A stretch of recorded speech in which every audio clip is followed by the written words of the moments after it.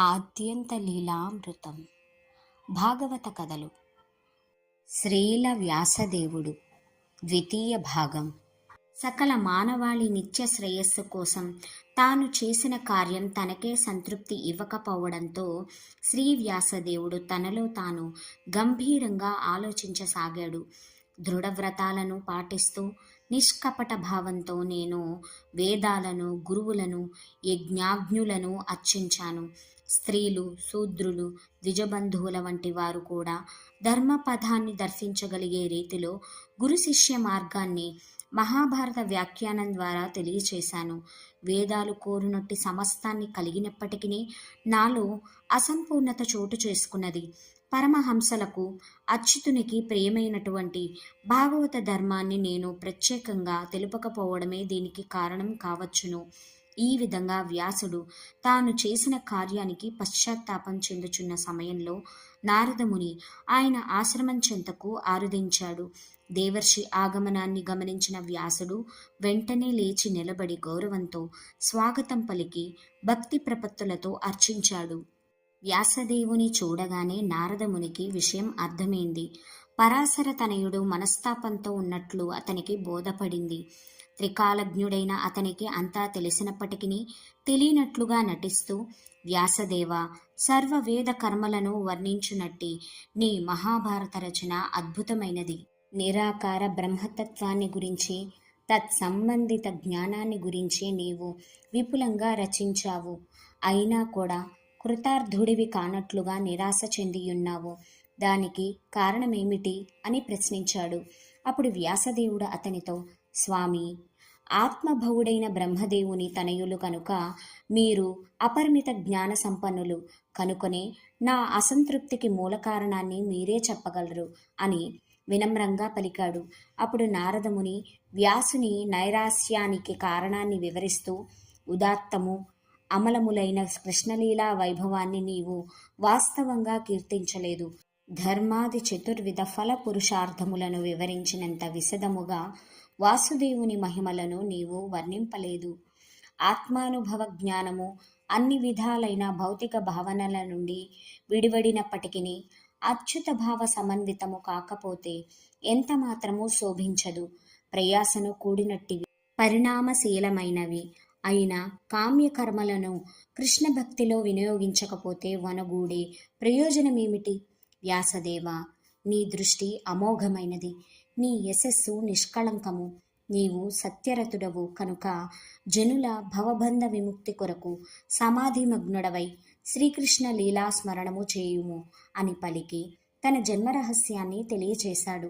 తాను ఏ విధంగా కృష్ణ భక్తిని పొందాడో, ఏ విధంగా జగత్కరుణతో బ్రహ్మ మానసపుత్రునిగా జన్మించాడో, కృష్ణ ప్రసాదితమైన మహతీ వీణను మీటుతూ హరినామ కీర్తనముతో ఏ విధంగా సకల లోకాలను సంచరించగలుగుతున్నాడో వివరించి వ్యాసదేవునికి స్వాంతన కూర్చాడు. తరువాత హరికీర్తనతో లోక సంచారానికి వెళ్ళిపోయాడు. నారదముని నిష్క్రమించిన తరువాత శ్రీల వ్యాసదేవుడు తన ఆశ్రమంలో ఆసీనుడై గురుదేవుడు ఉపదేశించిన రీతిగా ఆచమనం కావించి ధ్యానమగ్నుడయ్యాడు. భక్తితో ధ్యానమగ్నుడై ఆ మహామునికి పూర్ణ పురుషోత్తముని దర్శనం, అతని సంపూర్ణ ఆధీనంలో ఉన్నట్టి మాయ యొక్క దర్శనం రెండూ కలిగాయి.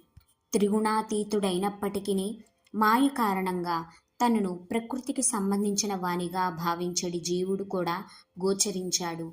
ఈ విధంగా జీవునికి భగవంతునికి మధ్య మాయ నిలిచి ఉండడం కాంచగానే అతనికి అసలు విషయం అర్థమైంది.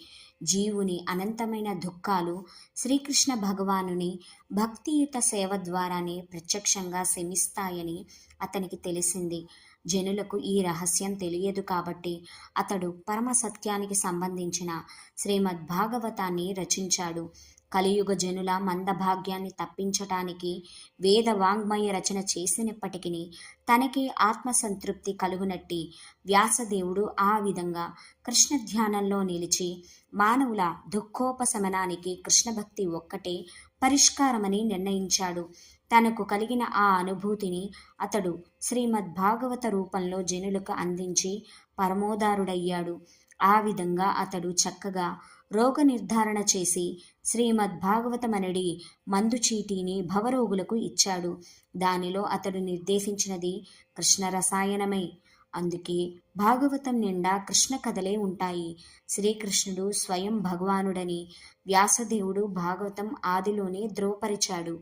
అటువంటి భాగవత శ్రవణం ద్వారా ఓనగూడే ఫలితమేమంటే శోకము, మోహము, భయమును నశింపచేసే కృష్ణ భక్తి మనిషికి వెంటనే కలుగుతుంది. భక్తిరుద్పద్యతే పుంసః శోకమోహ భయాపహ. ఎవని నామము భయానికి భయం కలిగిస్తుందో అటువంటి దేవదేవుడైన శ్రీకృష్ణుని ఎడ భక్తి కలుగగానే శోక మోహ భయాలు నశించిపోతాయి. ఇది భాగవత శ్రవణ మహిమ. అటువంటి భాగవతాన్ని రచించిన తరువాత వ్యాసదేవునికి మనశ్శాంతి చేకూరింది.